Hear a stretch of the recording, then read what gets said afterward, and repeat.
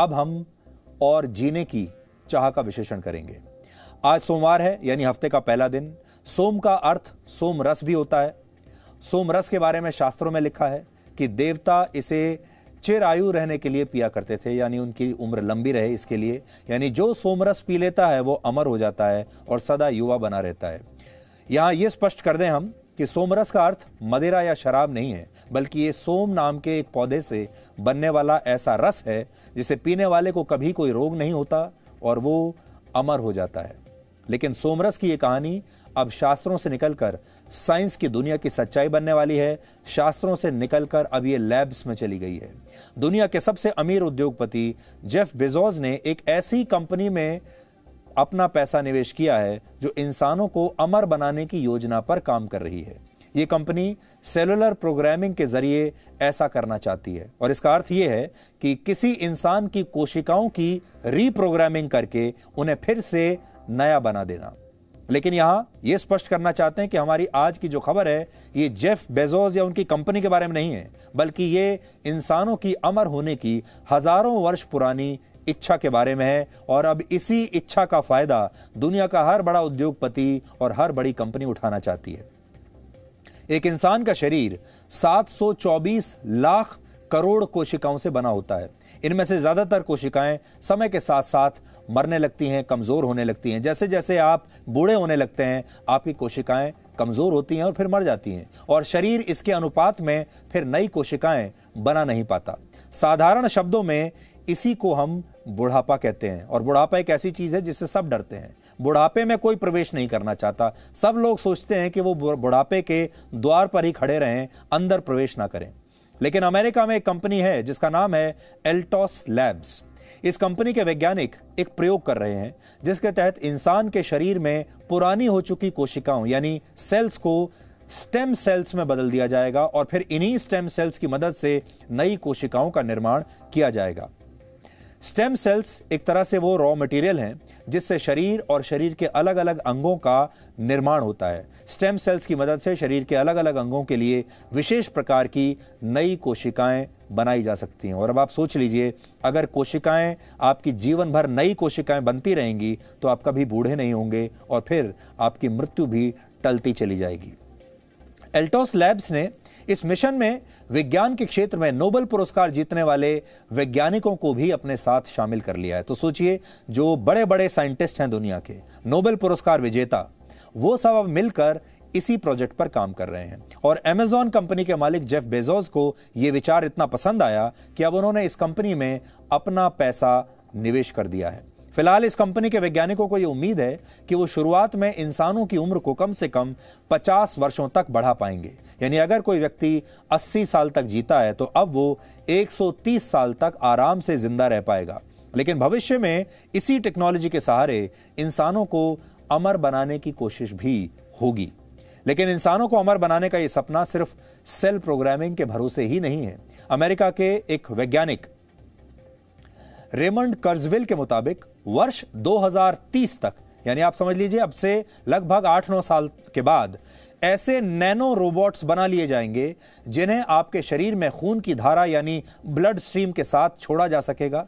ये nano robots आपके शरीर में प्रवेश कर जाएंगे और फिर वहां जाकर वायरस और बैक्टीरिया को खत्म कर देंगे। आपके खून की पूरी सफाई करेंगे, आपके खून में थक्के नहीं जमने देंगे और यहां तक कि आपके शरीर में मौजूद ट्यूमर्स को भी ये समाप्त कर देंगे। और अगर जरूरत पड़ी तो आपकी कोशिकाओं के डीएनए की भी मरम्मत ये वहीं पर कर देंगे, ताकि आप ना तो बूढ़े होंगे और ना ही मृत्यु आप तक पहुंचेगी। वैज्ञानिक इंसानों को 2 तरीके से अमर बनाना चाहते हैं। पहला तरीका है शरीर को हमेशा युवा बनाकर रखना और पहले चरण में औसत आयु को बढ़ाना और फिर शरीर को अमर रखने की कोशिश करना। दूसरे तरीके से सोचने वाले वैज्ञानिक ये मानते हैं कि इंसान की पहचान उसके शरीर से नहीं बल्कि उसके मस्तिष्क और विचारों से होती है। हमारे यहां भी जैसे कहते हैं कि जो शरीर है वो मरता है लेकिन आत्मा हमेशा अमर रहती है। ये वैज्ञानिक इंसानों के मस्तिष्क में मौजूद भावनाओं और विचारों को कंप्यूटर पर अपलोड करना चाहते हैं ताकि इंसान के मरने के बाद भी उसकी भावनाओं और विचारों को जीवित रखा जा सके, उसकी पर्सनैलिटी को जीवित रखा जा सके। ये बिल्कुल ऐसा ही है जैसे जब आप नया फोन लेते हैं तो आप पुराने फोन का डेटा अपने नए फोन में ट्रांसफर कर देते हैं और फिर ये जो प्रोसेस है ये जीवन भर चलता रहता है। यानी इंसान अगर मर भी जाए तो उसके जो विचार हैं, उसकी जो पूरी शख्सियत है, उसकी जो भावनाएं हैं, वो एक दूसरे कंप्यूटर में ट्रांसफर कर दी जाए। जेफ बेजोस अमर होने का सपना बेचने वाले अकेले उद्योगपति नहीं हैं, क्योंकि दुनिया के बड़े बड़े लोग अब इसी सपने को बेच रहे हैं। पूरी दुनिया में बड़े बड़े उद्योगपति इस पर 45 लाख करोड़ रुपए का निवेश करने वाले हैं और ये सारे उद्योगपति आपको लगभग हर तरह का प्रोडक्ट पहले भी बेच चुके हैं और अब शायद इनके पास आपको बेचने के लिए अमर होने का ही ये सपना बचा है। जो लोग ये सपना नहीं बेच पा रहे, जो कंपनियां, वो दुनिया को ब्यूटी प्रोडक्ट्स बेच रहे हैं। पूरी दुनिया में ब्यूटी प्रोडक्ट्स का कारोबार 40 लाख करोड़ रुपए का है, क्योंकि ये प्रोडक्ट्स आपको हमेशा सुंदर बनाए रखते हैं और जवान बनाए रखने का सपना दिखाते रहते हैं। और ये भी अमर होने की चाहत से कुछ कम नहीं है। इसमें आप जीवन अमर तो नहीं होंगे, मृत्यु को तो नहीं टाल पाएंगे, लेकिन ये सपना वो है कि जब तक आपकी मृत्यु आपके पास आएगी तब तक भी लोगों को यह नहीं पता चलेगा कि आप कितने वृद्ध हैं, आपकी उम्र कितनी है, आप खूबसूरत दिखते रहेंगे। इजराइल के मशहूर लेखक युवल नोआ हरारी ने अपनी मशहूर पुस्तक होमो डेयस में लिखा है कि धार्मिक लोगों के लिए मृत्यु भले ही ईश्वर द्वारा लिया गया एक फैसला हो, क्योंकि आपने देखा होगा जब किसी की मृत्यु होती है तो अक्सर लोग यही कहते हैं कि यह तो भगवान की मर्जी थी, इतना ही लिखा था। लेकिन वैज्ञानिकों के लिए मृत्यु शरीर में आने वाला एक टेक्निकल ग्लिच है, यानी शरीर में आने वाला एक तकनीकी खामी है जिसके सामने आने के बाद शरीर का पूरा सिस्टम काम करना बंद कर देता है। ठीक वैसे ही जैसे किसी मशीन में कोई तकनीकी खराबी आ जाती है और मशीन बंद हो जाती है, इंसान का शरीर उस मशीन की तरह ही है। युवल नोआ हरारी कहते हैं कि वैज्ञानिक इसी टेक्निकल ग्लिच को अब लैब्स में सही कर सकते हैं और मृत्यु को टाला जा सकता है, यानी इंसानों को अमर भी बनाया जा सकता है। लैटिन भाषा में होमो का अर्थ है मनुष्य और डियस का अर्थ है देवता, यानी युवल नोआ हरारी की पुस्तक का टाइटल भी यही बताता है कि आने वाले दिनों में मनुष्य किसी देवता से कम नहीं होगा। अब वैज्ञानिक लैब्स में चमत्कार करके इस बात को सच साबित करना चाहते हैं, लेकिन इंसानों द्वारा अमर होने की यह पहली कोशिश नहीं है, बल्कि इंसान बढ़ती उम्र को रोकने और खुद को अमर बनाने की कोशिशें आज से नहीं हजारों वर्ष से कर रहा है। उदाहरण के लिए जिस सोमरस का जिक्र हमने शुरुआत में किया, उसके बारे में हमारे शास्त्रों में लिखा है कि यह सोम नाम के एक दुर्लभ पौधे से हासिल होता है और इसे इंसान भी पी सकते हैं। लेकिन यह पौधा आपको मिल जाए ये बड़ी मुश्किल बात होगी। यह पौधा बहुत दुर्लभ है, इसलिए आपको मिलेगा नहीं। शास्त्रों और आयुर्वेद की जानकारी रखने वाले विद्वान मानते हैं कि यह पौधा आज के युग में सिर्फ अफगानिस्तान में पाया जाता है और अफगानिस्तान तो अब किसी के लिए भी पहुंचना बहुत मुश्किल है। 2200 वर्ष पहले चीन में सबसे बड़ा साम्राज्य किन शी हुआंग ने स्थापित किया था। हुआंग को चीन का पहला सम्राट कहा जाता है और जब उसने पूरे चीन पर कब्जा कर लिया तो उसे लगा कि उसने पूरी दुनिया जीत ली है, लेकिन इसके बाद वो अमर होने का ख्वाब देखने लगा। इसके बाद उसने अपने राज्य के सभी चिकित्सकों को यह आदेश दिया कि वो अमर होने की औषधि उसके लिए ढूंढ कर लाएं ताकि वो कभी भी मृत्यु के निकट ना पहुंचे और हमेशा जीवित रहे। कहा जाता है कि उसी समय चीन में पारे यानी मरकरी की खोज हुई थी। कुछ चिकित्सकों को ऐसा लगा उस समय कि मरकरी एक तरह का अमृत है। इसके बाद चीन के इस पहले सम्राट को बहुत कम मात्रा में मरकरी दिया जाने लगा, लेकिन ये जो पारा है असल में जहरीला होता है और इसीलिए कुछ ही महीनों में चीन के इस पहले सम्राट की सिर्फ 40 वर्ष की उम्र में मौत हो गई। चीन के इसी सम्राट ने टेराकोटा आर्मी का निर्माण किया था। इसमें 8000 सैनिकों की उनके शस्त्रों के साथ प्रतिमाएं बनाई गई थी। इस टेराकोटा आर्मी को इसी सम्राट की कब्र के पास स्थापित किया गया था और मरने से पहले चीन के सम्राट ने आदेश दिया था कि उसकी कब्र के पास मरकरी की नदियां बही जाएं और टेराकोटा आर्मी उसकी कब्र की रक्षा करे। उसे लगता था कि वो एक न एक दिन फिर से जीवित हो जाएगा और इस बार पूरी दुनिया पर राज करेगा।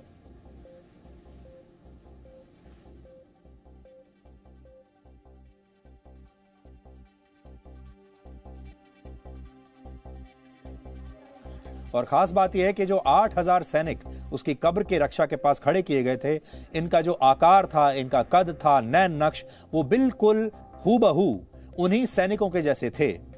वैसा ही रखा गया था, इस भरोसे के साथ कि ये सारे सैनिक एक दिन जीवित हो उठेंगे। 5000 वर्ष पहले इजिप्ट के राजा गिलगमेश ने चीन की चिकित्सा पद्धति के आधार पर ही उम्र रोकने का एक पूरा कार्यक्रम तैयार किया था।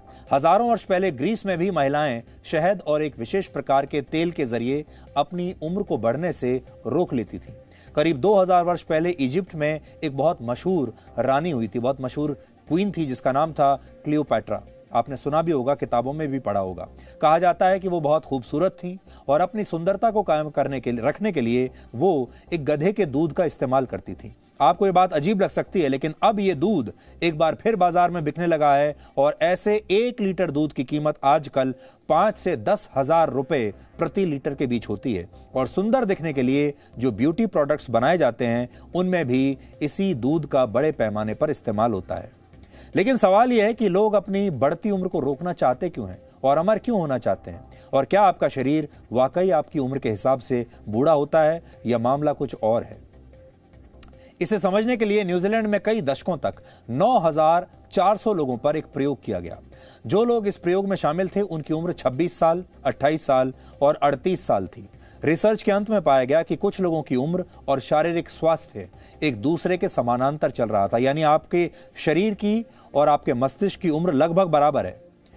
जैसे अगर आप 25 साल के हैं तो आपका मस्तिष्क भी 25 साल वाला ही है और शरीर भी 25 साल का ही है। लेकिन कुछ लोग ऐसे भी थे जिनकी उम्र तो 28 वर्ष थी, लेकिन उनके शरीर के अंग किसी 60 वर्ष के बुजुर्ग जैसे हो चुके थे। और ऐसे भी थे जो इसका उल्टा थे बिल्कुल। मनोवैज्ञानिक मानते हैं कि हमेशा जवान दिखने की हसरत इंसानों के मन में आज से नहीं बल्कि हजारों वर्षों से है।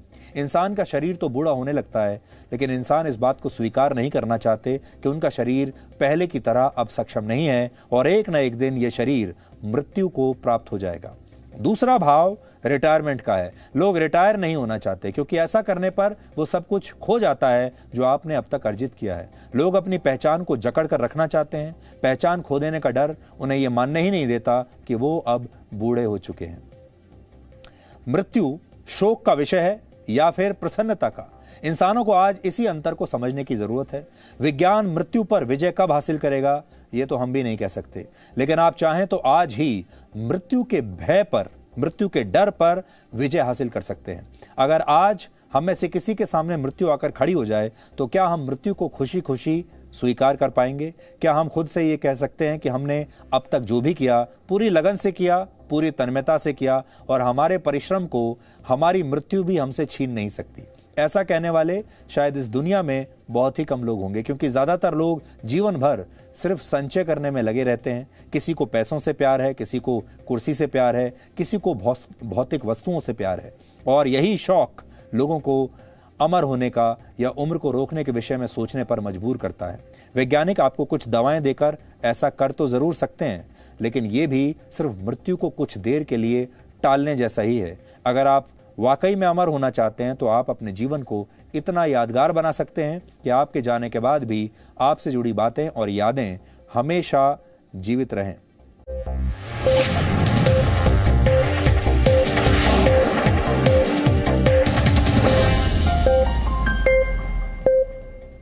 Presenting B News app, available on Google Play and App Store. Download it now.